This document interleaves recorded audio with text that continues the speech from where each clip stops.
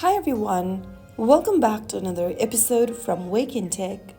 In this video, I'm going to show you how to change your email address on Groupon. To change your email on Groupon, first of all, open up the Groupon application and log into your account, and then go to the bottom right corner and tap on My Stuff. Inside My Stuff, scroll down and tap on the Email Preferences button.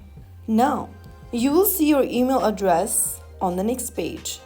Tap on Change Email right next to the email address box and then enter your new email address in the text box that pops up. After writing down your new email, go to the Confirm Password box and enter your current password for your Groupon account.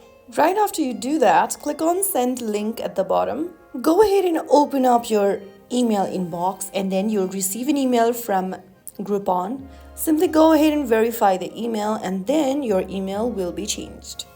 So that is how you can easily change your email address on Groupon account. If you found the video helpful, don't forget to like, share and subscribe the channel for more easy tutorials.